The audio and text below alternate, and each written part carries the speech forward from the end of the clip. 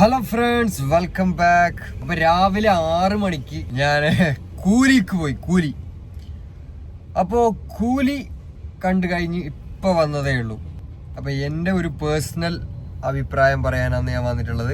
കൂലി നമ്മളെ രജനീകാന്ത്, അമീർ ഖാൻ, സൗബിൻ, ഉപേന്ദ്ര റാവു, ശ്രുതി ഹസൻ, പൂജ, സത്യരാജ്, ഇങ്ങനെ വരുന്ന കുറെ സ്റ്റാർസ് ഇതിലുണ്ട്. മെയിൻ എടുത്തു പറയാനുള്ള നമ്മളെ സൗബിൻ ഖാൻ. എണ്ണടാ പണി വെച്ചിരിക്ക തമിഴില് പോയിട്ട് ആക്ടിങ് എന്നെല്ലാം പറഞ്ഞെങ്കിലില്ല, ഇമാതിരി ആക്ടിങ്. നമ്മളെ സൗബിൻ ഖാന്റെ വേറൊരു ഫേസ് നിങ്ങൾക്ക് ഇതിൽ കാണാൻ പറ്റും. അതുപോലെ തന്നെ നാഗാർജുന ആയെങ്കിലും ഉപേന്ദ്ര റാവു ആയെങ്കിലും രജനികാന്തിനെ പിന്നെ പറയണ്ടല്ലോ. പിന്നെ മൂവിന്റെ ഫ്രെയിം ആണെങ്കിലും ബാക്ക്ഗ്രൗണ്ട് സ്കോർ ആണെങ്കിലും എല്ലാം ഒന്നും നമുക്ക് നെഗറ്റീവ് പറയാനില്ല. കഥ ഉണ്ടാന്ന് വെച്ചെങ്കിൽ അത്യാവശ്യം നല്ല കഥയുണ്ട്. പിന്നെ ഓവർ ഹൈപ്പാക്കിയിട്ട് ഭയങ്കര ഹൈപ്പിൽ പോയിട്ടെങ്കിൽ നിങ്ങൾക്ക് ഹൈപ്പ് അനുസരിച്ചിട്ട് കിട്ടുമെന്ന് എനിക്കറിയില്ല. ഞാൻ ഭയങ്കര കുന്നോളം ഹൈപ്പിൽ ഞാൻ പോയത്. അപ്പൊ കുന്നോളം ഹൈപ്പിന്റെ അത്ര ഒന്നുമില്ല.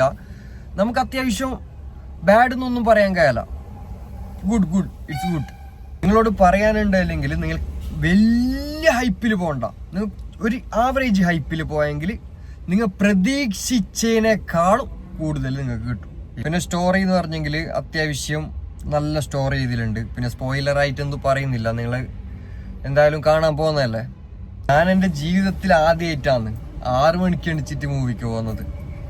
ഞാൻ വിചാരിച്ചത് ആ 1-2 മണിക്കൂർ ഉറങ്ങിയിട്ടുള്ളൂ, ഉറങ്ങിപ്പോകുന്നെല്ലാം വിചാരിച്ചു. മാത്രം ഇതിൽ നമ്മൾ ത്രില്ലടിച്ചു പോകും.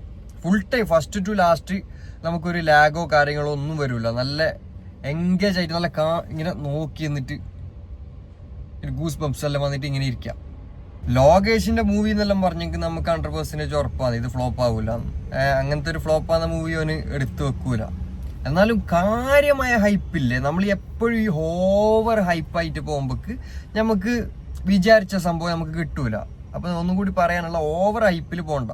പിന്നെ മോനെ അമീർ ഖാന്റെ ഒരു മാസ് ഇൻട്രോ സീൻ ഉണ്ട്, അതന്നെ മതി, അത് മാത്രം മതി. നമ്മളെ ടിക്കറ്റിന്റെ പൈസ നമുക്ക് മുതലാവും അമീർ ഖാന്റെ സീൻ കണ്ടെങ്കിൽ തന്നെ.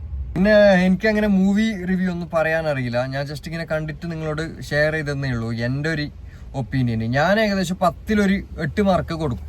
ഓക്കെ, കാരണം ഞാൻ ഭയങ്കര ഹൈപ്പ്, കാര്യമായി എൻ്റെ ഹൈപ്പിനനുസരിച്ചിട്ട് എനിക്ക് കിട്ടിയിട്ട. അന്നെങ്കിലും ഞാൻ നല്ല എൻജോയ്മെന്റ് ആക്കി.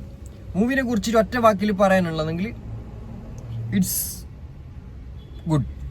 ഗൈസ്, മൂവി കണ്ട ആൾക്കാർ താഴെ നിങ്ങളുടെ ഒപ്പീനിയൻ കമന്റ് ചെയ്യുക. അതുപോലെ തന്നെ എൻ്റെ യൂട്യൂബ് ചാനൽ നിങ്ങൾ സബ്സ്ക്രൈബ് ചെയ്യുക. ഓക്കെ.